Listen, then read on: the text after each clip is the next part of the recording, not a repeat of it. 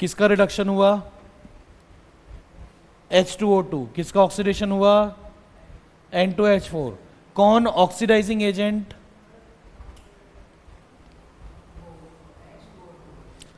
क्योंकि आप लोगों ने 10th में पढ़ा है बेटा, जो ऑक्सीडाइजिंग एजेंट होता है उसका खुद का रिडक्शन होता है, और जो रिड्यूसिंग एजेंट होता है उसका खुद का ऑक्सीडाइजिंग एजेंट होता है। तो ये जिसका ऑक्सीडेशन हुआ है यही क्या है आपके लिए? Reducing agent. किस हिसाब से? क्योंकि ये खुद तो ऑक्सीडाइज हो रहा है लेकिन सामने वाले को क्या कर रहा है? रिड्यूस कर रहा है, और ये रिड्यूस हुआ है मतलब ये क्या है अपने लिए? Oxidising agent. डन। ऐसे करके ही सॉल्व होगा ये। चलिए नेक्स्ट देखिए।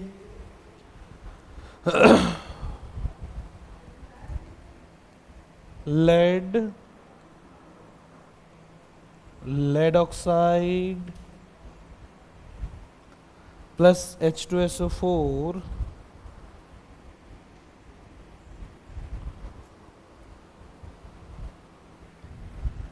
twice of lead sulfate प्लस twice of H2O। चलो बताओ।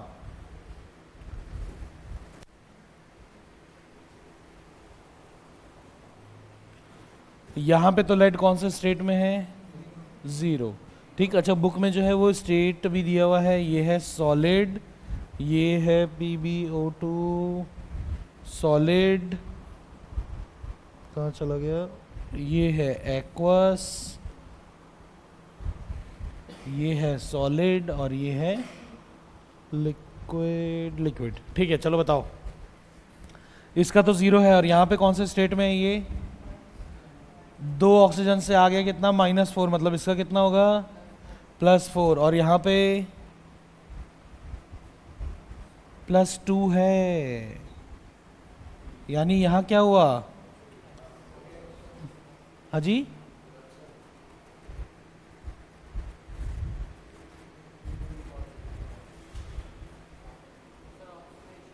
पक्का? हाँ,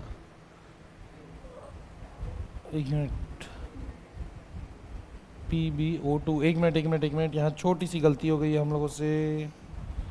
गलती ये हुई है, इसका ऑक्सीडेशन स्टेट PbO2 अगर आप देखोगे तो इस हिसाब से मतलब होना क्या चाहिए आपको? Pb, ये मतलब अपने को दोनों ऑक्सीजन को बाइवेलेंसी भी तो कंप्लीट करनी है ना? करनी है। हाँ, तो ये अपना यहाँ से काउंट होगा। ये लो, यहाँ पे तो ये +2 में ही है। ठीक, -1। चलो अब देखो, ये +2 से +2 था इसलिए वो हट गया, अब ये 0 से गया है +2, यानी क्या हुआ इसका? ऑक्सीडेशन। अब और कुछ दिख रहा है इधर इधर? हाइड्रोजन कौन से स्टेट में? यहाँ पे बोलोगे हाइड्रोजन कौन से स्टेट में है? +1। यहाँ पे भी हाइड्रोजन कौन से स्टेट में है? +1। यहाँ ऑक्सीजन -2, और इधर पे यहाँ पे भी ऑक्सीजन -2 वाला है, यहाँ का ऑक्सीजन भी -2 वाला है, यानी यहाँ तो चेंज नहीं, लेकिन यहाँ पे तो चेंज है।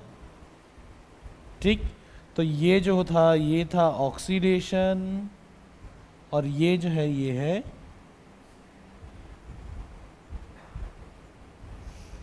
रिडक्शन। ठीक, अब आप लोगों को मालूम है जिसका ऑक्सीडेशन होता है वो खुद क्या होता है दूसरे वाले के लिए? Reducing agent. और जिसका खुद का रिडक्शन होता है वो सामने वाले के लिए ऑक्सीडाइजिंग एजेंट। डन। चलिए ऐसे करके ये क्वेश्चन सॉल्व होंगे।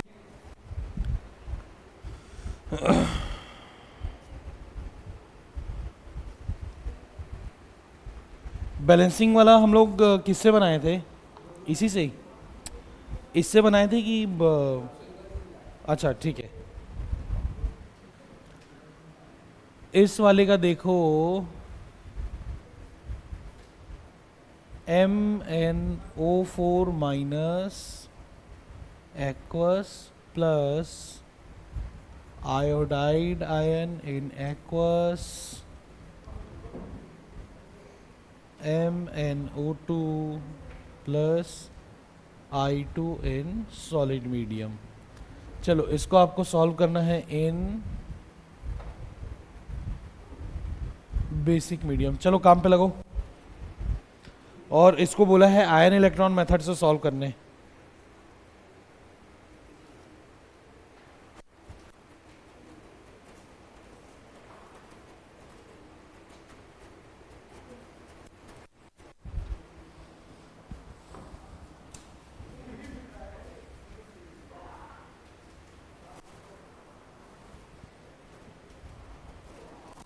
पहला काम क्या, ऑक्सीडेशन रिडक्शन पहचानना। यहां पे मैंगनीज कौन से स्टेट में आ रहा है?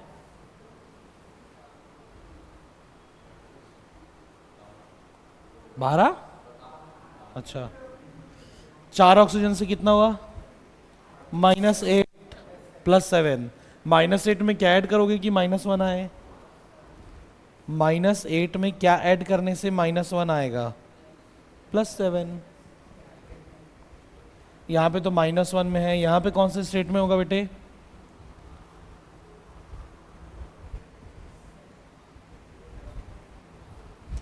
और ये वाला 0। चलो जल्दी से सॉल्व कर लो।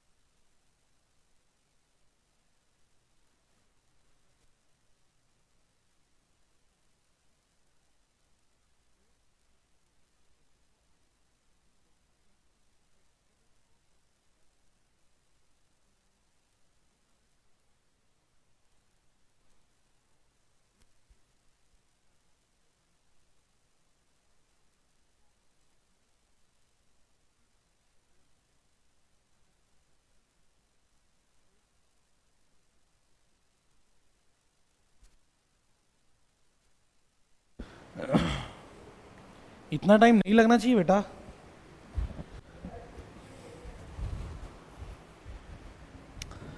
मैंगनीज कहाँ से कहाँ गया भाई? +7 से +4, यानी इसका क्या हुआ? चलिए ठीक है, लिख लेते हैं, इसका हुआ है रिडक्शन। आयोडीन कहाँ से कहाँ? -1 से 0, क्या हुआ इसका? पक्का इसका हुआ ऑक्सीडेशन। चलो अब क्या करने का है? चलो लिख लेते हैं ऑक्सीडेशन हाफ रिएक्शन। ऑक्सीडेशन किसका हुआ है? आयोडीन। I माइनस एक्वस से ये किधर चला गया है? I2 0। अच्छा अब ये -1 से 0 गया, मतलब कितने इलेक्ट्रॉन लूज किए इसने? एक। तो यहाँ पे होगा कितना? एक electron. Let it be equation 1। अब रिडक्शन हाफ रिएक्शन क्या है अपने लिए? MnO4 माइनस, अच्छा ये थोड़ा इधर ये कर लेते हैं। MnO4 माइनस में ये था +7, +7 से ये चला गया किधर? +4, मतलब कितना इलेक्ट्रॉन उसने एक्सेप्ट किया है? 3। कितना हुआ?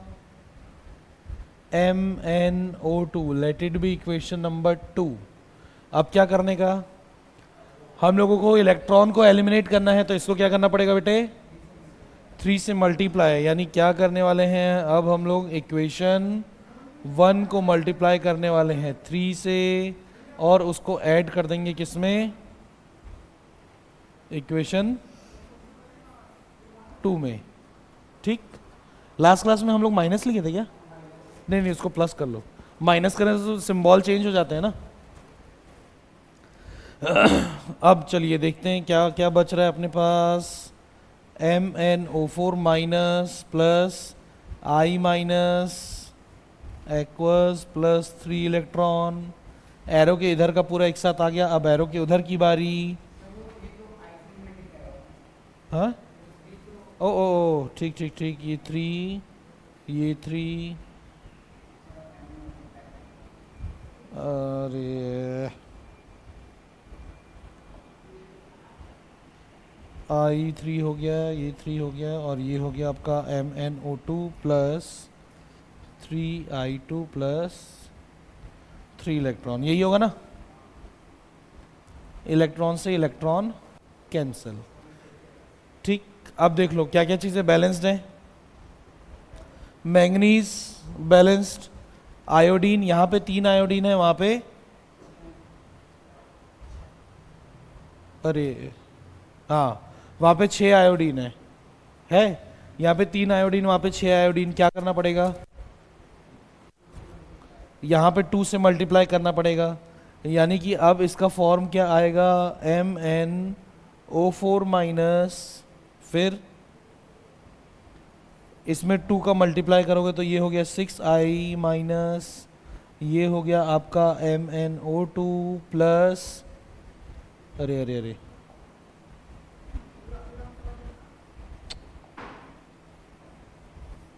I2 हो गया बैलेंस। मैंगनीज भी बैलेंस, आयोडीन भी बैलेंस। अब बारी किसकी? ऑक्सीजन। यहाँ पे कितना ऑक्सीजन है? 4। वहाँ पे क्या करना है? Very good. कितना? 2H2O। अब उस चक्कर में कितना हाइड्रोजन बढ़ गया? ठीक, वेरी गुड। लेकिन हम लोगों को ये पूछा किसमें उसने? बेसिक मीडियम में। क्या करना है बेसिक मीडियम में ले जाने के लिए? बोलो।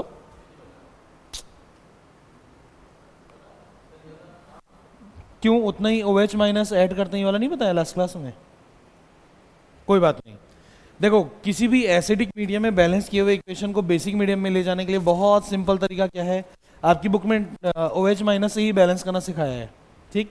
लेकिन कई बार कंफ्यूजिंग भी लगता है, तो सबसे अच्छा एक काम करो, जितना भी H+ आया है उतना ही उस साइड में क्या कर दो आप? OH minus. Done. 4OH minus इधर, 4OH माइनस इधर, बराबर तो हो गया वैसे भी। अच्छा अब ये देखो, अगर एक H+ और एक OH माइनस मिलता तो कितना H2O बनता है? एक H प्लस और एक OH माइनस मिलके कितना H2O बनेगा? एक H2O तो एक ही बनेगा ना। तो 4H प्लस और 4OH माइनस मिला के कितना H2O? 4H2O। एक H प्लस और एक OH माइनस मिल करके एक H2O। तो दोनों जब चार चार रहेंगे तो कितना बनेगा? 4H2O बनेगा ना। अब यहाँ पे 4H2, यहाँ पे 2H2, यहाँ से कट गया, ये कितना बचेगा? यहाँ पे हो गया बेसिक मीडियम में balance. MnO4 minus plus 6I minus plus twice of H2O और ये तो आ गया बेसिक मीडियम में। कैसे पहचान रहे एसिडिक और बेसिक मीडियम? एसिडिक मीडियम में H प्लस आता है और बेसिक मीडियम में OH माइनस। डन। चलो सॉल्व कर लो जल्दी से, उसको लिखो और उसके बाद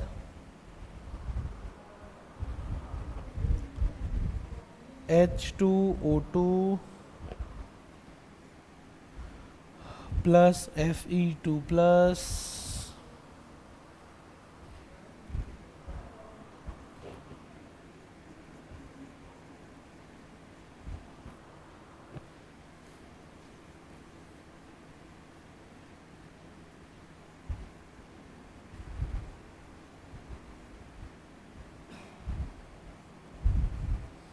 इसको सॉल्व करना है आपको। और ये वाला मेरे ख्याल किस में दिया है? In acidic medium.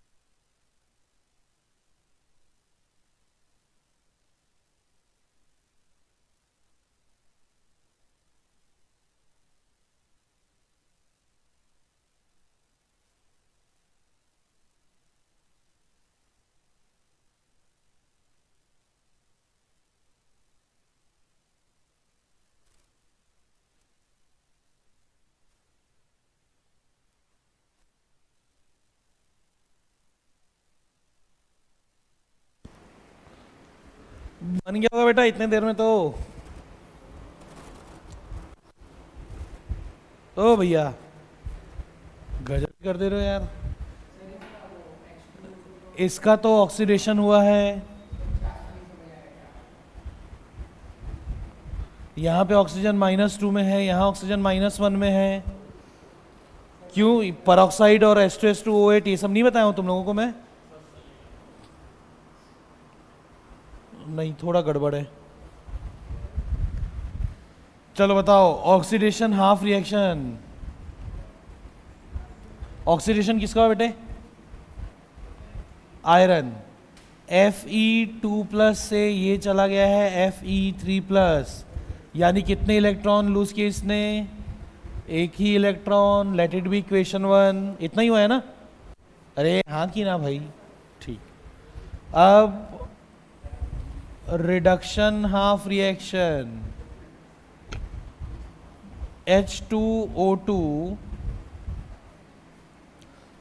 H2O, ठीक। यहाँ पे ऑक्सीजन था -1 में, यहाँ पे ऑक्सीजन किस में? -2 में। मतलब -1 को कितना इलेक्ट्रॉन लेने के बाद ये -2 बनेगा? एक इलेक्ट्रॉन। तो चलिए इसको एक इलेक्ट्रॉन दे देते हैं इधर पे।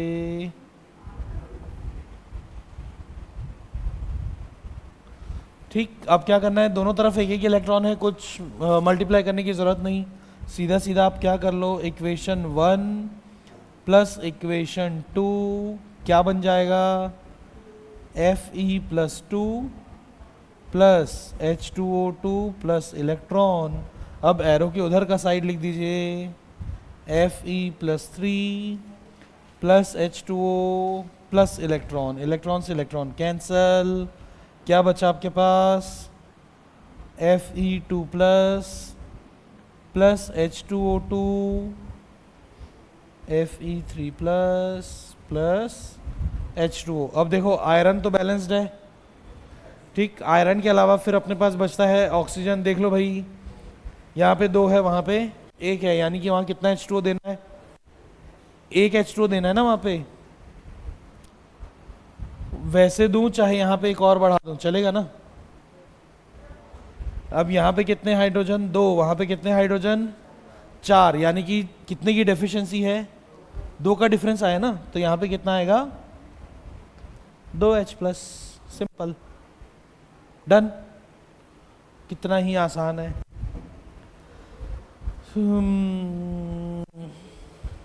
हाँ जी, हाँ ये एसिडिक में है, तो जस्ट इसमें उतना ही OH वाला कर लो जो सिखाया मैंने। हाँ हाँ, H+ बोले तो एसिडिक में आ गया। अब इसको करना है आपको बेसिक में, क्या करोगे? तो एसिडिक में ही तो है, फिर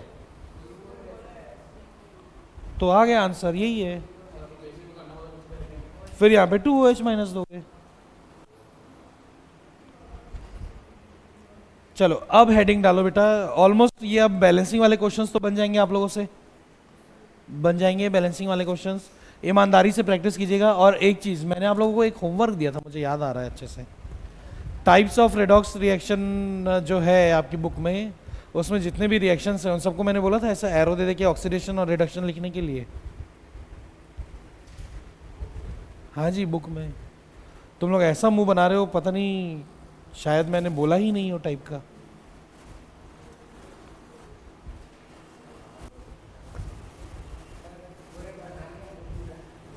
हाँ बेटा, सर भी स्कूल गए हैं, इसलिए बहाने सर को भी पता है, बना लिए हैं, लेकिन बुक नहीं लाए हैं सर। ये जो कौन सा नंबर पेज है? 242, 243 और 244, जितने भी रेडॉक्स रिएक्शन है उनको क्या करने बोला था मैंने? ऑक्सीडेशन नंबर दिया ही हुआ है, आपको बस पहचानना ऑक्सीडेशन किसका, रिडक्शन किसका। तो इसमें ऐसे एरो दे दे करके मैंने बोला था ना ऐसे वाला बनाना, ये जो हम लोग ऐसे बनाते हैं। आज प्लीज़ ईमानदारी से कर लीजिएगा, ठीक है। हेडिंग डालिएगा अब, इलेक्ट्रोकेमिकल सीरीज, जो इस चैप्टर का सबसे लास्ट टॉपिक है। अच्छा, इसमें एक चीज़ देखो बेटा, इसमें क्वेश्चंस कैसे आते हैं मालूम? बैलेंसिंग में एक तो क्वेश्चन आएगा क्या कि ये तो आइडेंटिफिकेशन का है, ये आइडेंटिफिकेशन का है, इसमें एक टाइप का क्वेश्चन कैसा था कि या तो आपको बैलेंस्ड फॉर्म ऑफ इक्वेशन पूछे, ठीक, या तो फिर आपको क्या पूछे कि कोई एक इक्वेशन ऐसा दे दे और उसके बाद पूछे कि in the balanced form of this equation या in the balanced form of the equation mentioned below what will be the stoichiometric coefficient for H2O। ठीक, तो करना क्या है आपको, पहले तो इसको balance करना है। स्टोइकियोमेट्रिक कोएफिशिएंट किसको बोलते हैं, ये सामने जो नंबर आता है, ठीक। तो ऑप्शन में से आप कौन से ऑप्शन को ढूंढ करके टिक करोगे, 2। आया समझ में। जैसे कि मान लो ये वाला, इस वाले में, ठीक, ये दो चीजें चेंज हुई है ना, 6 i माइनस हुआ है और 3i2 हुआ है। तो इस वाले क्वेश्चन में कैसा आ सकता है कि in the reaction mentioned below, फिर ये दे दिया रहा है, फिर ये पूछे कि the stoichiometric coefficients for i minus and i2 will be, फिर ऑप्शन में आप क्या ढूंढोगे, 6,3। आया समझ में। मान लो अगर आप लोगों को अब थोड़ा सा कॉम्पिटेटिव एग्जाम में जाओगे तो उसमें लेवल थोड़ा सा हाई हो जाएगा। कैसे पूछेगा कि the ratio between stoichiometric coefficients of i minus and i2,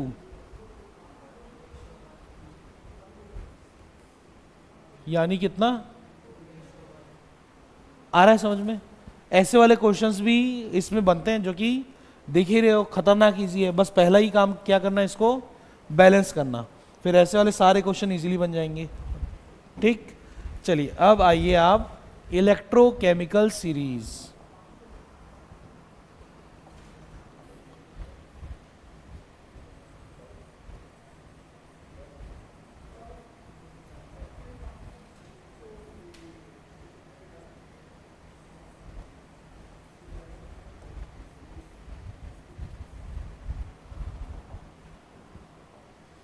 चलो इलेक्ट्रोकेमिकल सीरीज बुक कहाँ चली गई,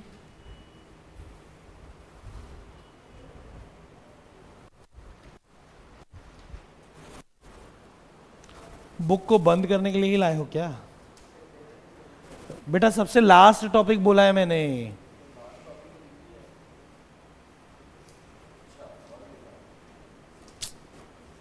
यही वाला, यही वाला,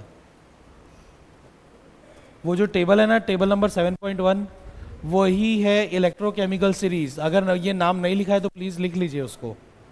उस टेबल का नाम क्या है, इलेक्ट्रोकेमिकल सीरीज।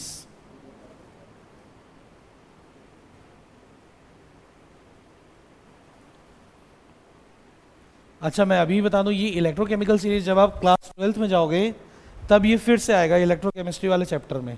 ठीक, इलेक्ट्रोकेमिस्ट्री वाले चैप्टर में जब आप लोग सेल और सेल का ईएमएफ निकालने के लिए नर्स्ट इक्वेशन वगैरह सीखेंगे तब ये फिर से आएगा।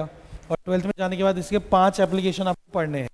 ठीक, बुक में एक दिया है लेकिन मैं आप लोगों को 3 इक्वेशन मतलब 3 एप्लीकेशन बताऊंगा, क्योंकि 11th स्टैंडर्ड के बेस पे उन तीनों मतलब इस चैप्टर में से वो 3 एप्लीकेशन के क्वेश्चंस तो बनते ही बनते हैं। ठीक, चलो अब इलेक्ट्रोकेमिकल सीरीज को ध्यान से देखो। उसमें जो सबसे राइट मोस्ट कॉलम है उसमें कुछ वैल्यूज दी हुई हैं starting from 2.87 up to minus 3.05। मिला बेटा।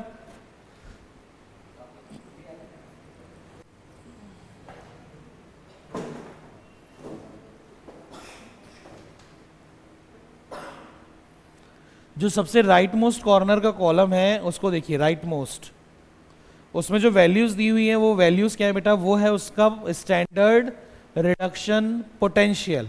ठीक, और आप लोगों ने एक लास्ट ईयर पढ़ा भी है फिजिक्स में कि पोटेंशियल डिफरेंस को आप किस में मेजर करते हो, वोल्टेज यही मेजर होता है ना भाई, हाँ कि ना। वो जो वैल्यूज हैं वो किस में दी हुई हैं, वो वैल्यूज हैं इलेक्ट्रॉन वोल्ट्स में। या ये समझ लो सीधे सीधे कि उतने वोल्ट का तो एनर्जी अपने को चाहिए ही चाहिए, ताकि हम लोग ये इस साइड में देख रहे हो कुछ रिएक्शन बनाया हुआ है, जैसे कि F2+2 electron gives two F minus है। हाँ, तो वो क्यों, क्योंकि F2 को 2 इलेक्ट्रॉन अगर दोगे तो प्लस 2.87 मतलब उतनी अमाउंट ऑफ एनर्जी रिलीज हुई है। इलेक्ट्रॉन जोड़ते हैं तो एनर्जी रिलीज होती है। क्या कहलाती है एनर्जी, इलेक्ट्रॉन एफिनिटी चैप्टर 4 में, सॉरी चैप्टर 3 में पढ़े हम लोग। ठीक, चलो अब कुल मिला के अब इस इलेक्ट्रोकेमिकल सीरीज की डेफिनेशन क्या है लिखिएगा। The series obtained on the series obtained on arranging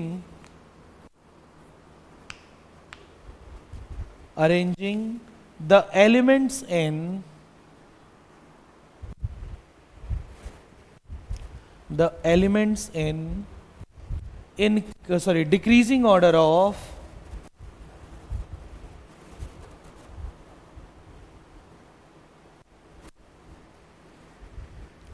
decreasing order of their SRP values।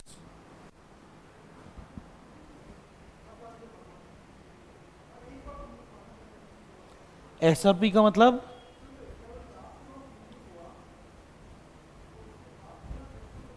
Standard reduction potential.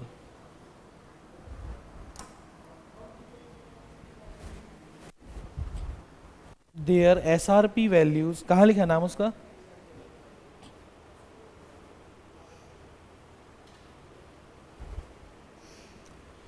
Standard SRP values is called the electrochemical series,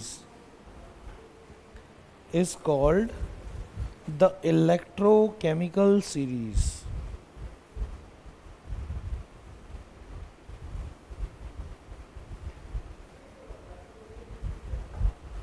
ठीक, अब इसमें आइए एप्लीकेशंस।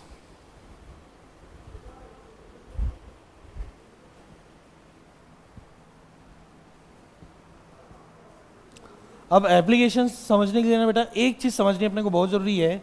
जहां पे वो वैल्यूज दी हुई है टेबल में, उसके जस्ट बाजू में देखो तो जो एरो दिया हुआ है वो क्या है? ऊपर से नीचे चल रहे हैं तो इंक्रीज क्या है? Increasing strength of reducing agent मिला, यानी कि ऊपर से नीचे चल रहे हैं तो रिड्यूसिंग एजेंट की ताकत बढ़ रही है।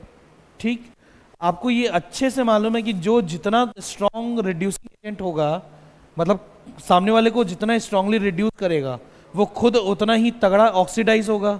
यही है ना? यानी कि अपने को यहां से कंक्लूजन क्या मिला? ऊपर से नीचे चल रहे हैं तो कंपैरेटिवली जो भी नीचे का होगा वो ऑक्सीडाइज जल्दी होगा, जो कंपैरेटिवली ऊपर का होगा वो रिड्यूस जल्दी होगा।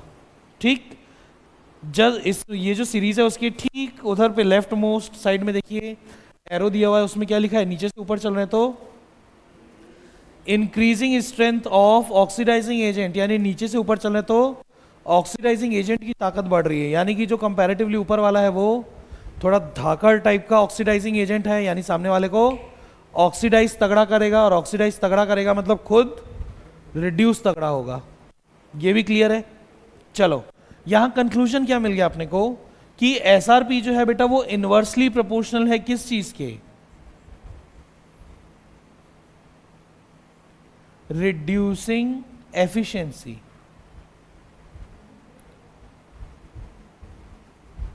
यही ना? यही ना? अच्छा, एसआरपी अगर ज्यादा होगी तो उसका खुद ऑक्सीडाइज होने का प्रॉपर्टी क्या होगा? ज्यादा की कम?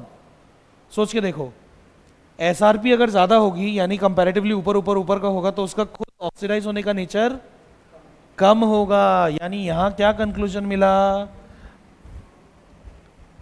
पावर ऑफ गेटिंग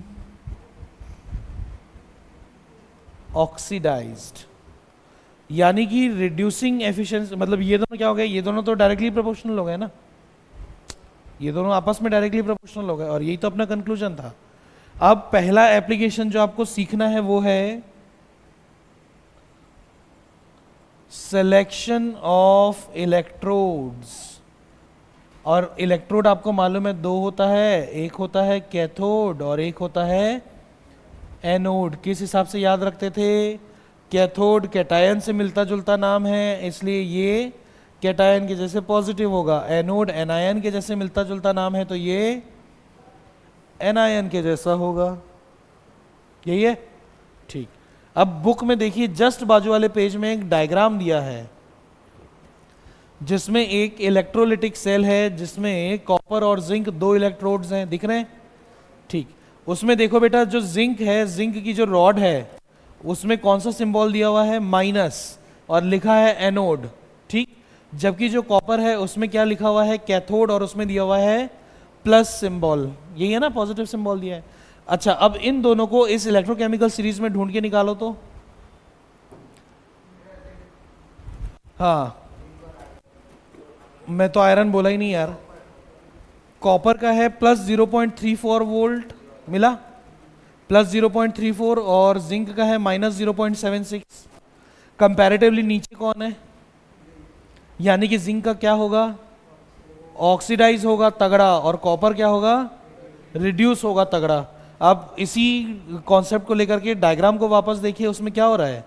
जिंक का हुआ है ऑक्सीडेशन और कॉपर का हुआ है रिडक्शन। ये भी डन। तो किसी भी सेल में ये जो ऑक्सीडेशन और रिडक्शन का जो पेयर है, इसको हम लोग बोलते हैं बेटा रेडॉक्स कपल। और ये ना एग्जाम में आता है लिखने, कि आप लोगों को कोई एक सेल दे दे और उस सेल के लिए बोले आपकी रेडॉक्स कपल लिख के दिखाओ। ठीक। रेडॉक्स कपल क्या है? देखो, जिंक वही सेम काम करना है जो अभी हम लोग आयन इलेक्ट्रॉन मेथड में कर रहे थे। इक्वेशन 1 प्लस इक्वेशन 2, वही। इक्वेशन 1 में क्या हुआ? बोलो ना। उसमें हुआ क्या है? जिंक जो है, जिंक सॉलिड, ये किस में ट्रांसफॉर्म हो गया? Zinc plus two aqueous along with 2 electrons. और इसमें क्या हुआ? Copper plus two aqueous plus 2 electron, और इसने बनाया क्या? कॉपर, अरे सॉलिड। कहाँ? यहाँ पे तो है कॉपर 2+, वहाँ थोड़ी है। अब ये सीन क्या है देखो, जो जिंक है ना, वो जिंक में वो रॉड धीरे धीरे धीरे धीरे पिघल रही है और उस सॉल्यूशन में आ रही है। ठीक। यानी कि जिंक सॉलिड जो है वो कन्वर्ट हो रहा है किसमें? जिंक प्लस टू एक्वस, मतलब उस सॉल्यूशन में। और 2 इलेक्ट्रॉन लूज करिए। वो 2 इलेक्ट्रॉन देखिए बीच में सॉल्ट ब्रिज है, सॉल्ट ब्रिज से होते हुए आ रहे हैं किसमें? कॉपर सल्फेट के सॉल्यूशन में। अब वो सॉल्यूशन है, मतलब वहां पे कॉपर कौन से स्टेट में है? Cu+2 aqueous. इधर भी देखो। ठीक। तो ये Cu2+ जो है, जो उस सॉल्यूशन में मौजूद है, प्रेजेंट है, वो क्या करेगा? उन दोनों इलेक्ट्रॉन्स को गेन करेगा, एक्सेप्ट करेगा, और क्या बनाएगा? Copper solid. अब ये कॉपर सॉलिड ही कहाँ जाके जमता रहेगा? जो कॉपर की रॉड है उसके ऊपर धीरे धीरे जमना चालू हो जाएगा। आया समझ में? ठीक। तो रिजल्ट क्या हुआ? इन दोनों इक्वेशंस को मिला के लिख दोगे तो क्या बनेगा बेटा? इन दोनों इक्वेशंस को आप मिला के लिखें तो ये है जिंक सॉलिड, उसके साथ कॉपर +2 एक्वस, और इधर साइड में आ जाएगा Zn+2 एक्वस और कॉपर सॉलिड। ठीक। ये है सेल रिएक्शन, जो रेडॉक्स कपल भी कहलाता है। अब ये रेडॉक्स कपल किसी इलेक्ट्रोकेमिकल सेल के लिए एक और तरीके से लिखाता है, क्या? Zn जो है वो कन्वर्ट हुआ किसमें? Zn+2 में ना, और 2 इलेक्ट्रॉन उसने रिलीज किए। वो 2 इलेक्ट्रॉन कहां से होते हुए पहुंचे? कॉपर के पास सॉल्ट ब्रिज। ये है सॉल्ट ब्रिज। सॉल्ट ब्रिज को ऐसे रिप्रेजेंट करते हैं। वहां किसने उन दोनों इलेक्ट्रॉन्स को एक्सेप्ट किया? कॉपर+2 ने, और क्या बना लिया? सॉलिड। ठीक। ऐसे भी शो होता है। आया लॉजिक समझ में? आपकी बुक में यही चीज जो है वो कहानी के फॉर्म में दी हुई है, पूरे पैराग्राफ के फॉर्म में दी है। आपकी बुक में ये रेडॉक्स कपल और ये सेल रिएक्शन, ये सब वर्ड लिखा हुआ मिलेगा। आगे समझो बेटा क्या है कहानी। चलो जल्दी से लिख लो।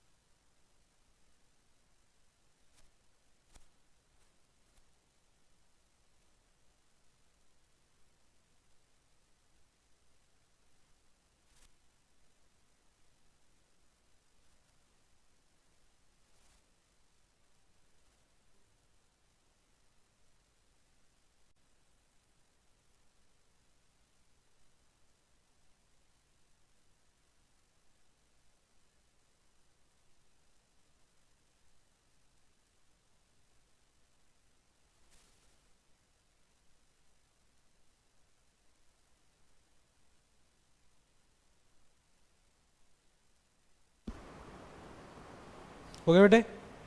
चलिए अगला एक हम लोगों को देखना है, selection of paint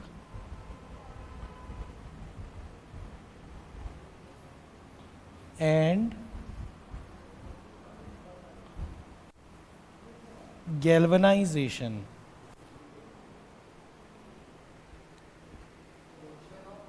paint and galvanisation.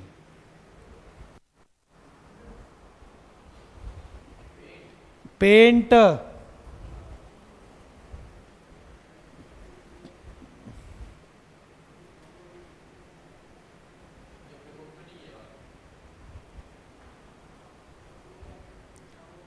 Galvanisation आप लोगों ने पहले पढ़ा हुआ है। क्या होता है गैल्वेनाइजेशन? आयरन के ऊपर जिंक की कोटिंग गैल्वेनाइजेशन कहलाती है। ये पढ़े हो ना पहले? हाँ। अब देखो और सीखो कि ऐसा हुआ क्यों। हम लोग किसी भी चीज पे पेंट क्यों करते हैं नॉर्मली? रस्टिंग यानी कोरोजन से बचाने के लिए। अब कोरोजन से बचाने के दो रास्ते हैं। पहला रास्ता क्या है कि आप ऐसी कोई चीज का पेंट कर दो जो बिल्कुल भी क्या बोलते हैं अपना रस्ट फॉर्म ना करती हो, जो कि प्रैक्टिकली पॉसिबल नहीं है। ठीक। जबकि दूसरी कंडीशन क्या हो सकती है कि अगर आपको आयरन को बचाना है तो आप आयरन के ऊपर किसी भी ऐसी चीज की पेंटिंग कर दो, कोटिंग कर दो, जो आयरन के मुकाबले बहुत ज़्यादा जल्दी रस्टिंग अपना क्रिएट करता हो, मतलब कि खुद कोरोड होता हो। उससे क्या होगा? रस्टिंग क्या होता है, क्यों होता है रस्टिंग? हाँ, वो एक तरीके का ऑक्सीडेशन रिएक्शन है। लास्ट ईयर पढ़ा है आप लोगों ने, रेंसिडिटी और कोरोजन। ठीक। तो एटमॉस्फेरिक ऑक्सीजन को ट्रैप करता है, मतलब मॉइस्चर की प्रेजेंस में, तो वही चीज़ कहलाती है कोरोजन। अब आयरन को बचाने के लिए उसके ऊपर आप जिस चीज़ की भी कोटिंग करोगे उसको क्या होना चाहिए? ज़्यादा जल्दी ऑक्सीडाइज होने वाला होना चाहिए। यही है ना भाई? अगर ज़्यादा जल्दी ऑक्सीडाइज होने वाला होगा तो क्या करेगा? जैसे ही एटमॉस्फेयर के ऑक्सीजन को ट्रैप करेगा इन प्रेजेंस ऑफ मॉइस्चर, तो क्या होगा? बाहर वाला खुद कोरोड हो जाएगा और अपना लोहा बचा रह जाएगा, आयरन बचा रह जाएगा। यही है लॉजिक। गैल्वेनाइजेशन इसलिए करते हैं, पेंटिंग इसलिए करते हैं। अब ये बताओ, अगर आयरन अपना इकोनॉमिकली प्रीशियस मेटल है जिसको बचाना चाह रहे हैं, उसके ऊपर आप किसकी पेंटिंग करोगे जो उसके मुकाबले ज़्यादा जल्दी ऑक्सीडाइज होता हो? है कि नहीं? तभी तो वो क्या करेगा? खुद ऑक्सीडाइज जल्दी होना पसंद करेगा ताकि लोहे को बचाए रखे। अब उस सीरीज के हिसाब से बताओ, आप अगर आयरन को पेंट करना चाहते हो तो आपके पास क्या क्या ऑप्शन है पेंट करने के? आयरन की पोजीशन से ऊपर वाले को लोगे कि नीचे वाले को लोगे? नीचे वाले को। क्यों? क्योंकि वो ऑक्सीडाइज जल्दी होगा। तो आयरन को ढूंढो और बताओ आयरन के ऊपर किस किस चीज की कोटिंग मारी जा सकती है? ऊपर है बेटे आयरन कहीं पे। हाँ, Fe+3 देखना।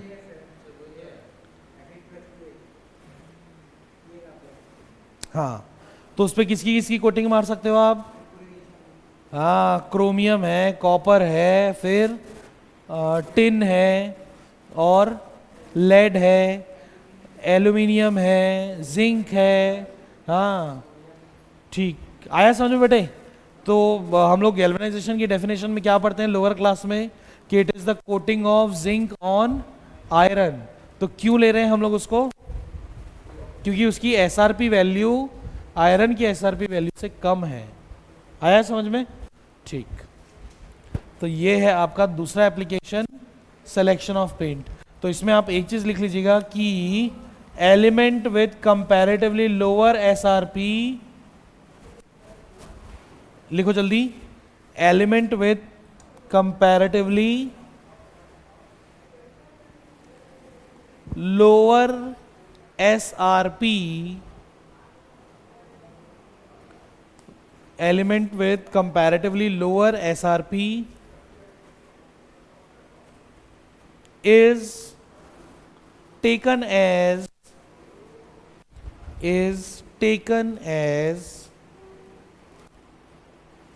क्या?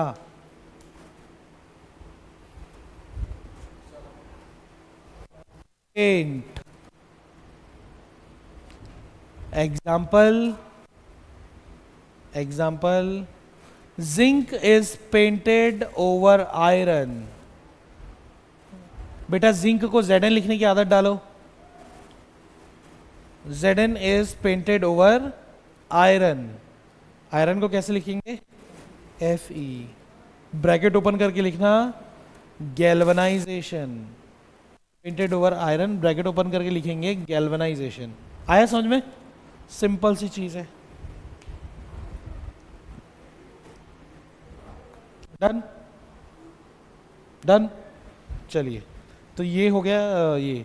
अच्छा, अब एक्सरसाइज में आओ, और मेरे ख्याल सेकेंड लास्ट या थर्ड लास्ट क्वेश्चन 7.29। उसमें 5 एलिमेंट्स का डेटा दिया है बेटा, जिसमें से मेरे ख्याल 3 का पॉजिटिव में है, 2 का नेगेटिव में है। ऐसी है ना कि 2 का पॉजिटिव 3 का नेगेटिव,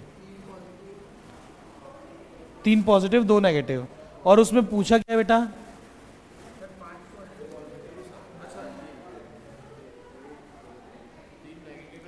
3 नेगेटिव और 2 पॉजिटिव एसआरपी वैल्यू है। उसके बाद बोला क्या है? Arrange these metals in their increasing order of reducing power. अच्छा, रिड्यूसिंग पावर मतलब ऊपर से नीचे चलने पे रिड्यूसिंग पावर बढ़ता है। ऊपर से नीचे चलने पे देखो, रिड्यूसिंग पावर का मतलब क्या है कि वो सामने वाले को उतना स्ट्रांगली रिड्यूस करेगा, यानी खुद ऑक्सीडाइज होना पसंद करेगा। और ऊपर से नीचे चलते तो ऑक्सीडाइज होने की प्रॉपर्टी बढ़ती जा रही थी। ठीक, तो यानी कि आपको सबसे कम किसका रखना है? प्लस का कि माइनस का? प्लस का, क्योंकि वो ऊपर रहेगा तो उसकी रिड्यूसिंग पावर कम है। तो बताओ प्लस में कौन? Ag, उसके बाद Hg, उसके बाद क्रोमियम, देन वेरी गुड, फिर पोटेशियम। आया समझ में? ठीक है, तो इसी के साथ आज ये चैप्टर हो जाता है ख़त्म। अच्छे से तबीयत से इसका एग्ज़ाम देना है, उससे पहले रिवीजन करना है। डन? ठीक, मैं सर से बात करके आप लोगों का टेस्ट जो है वो शेड्यूल करा दूंगा इस चैप्टर का। अब हम लोग क्या स्टार्ट करने वाले हैं? GOC chapter 8 organic.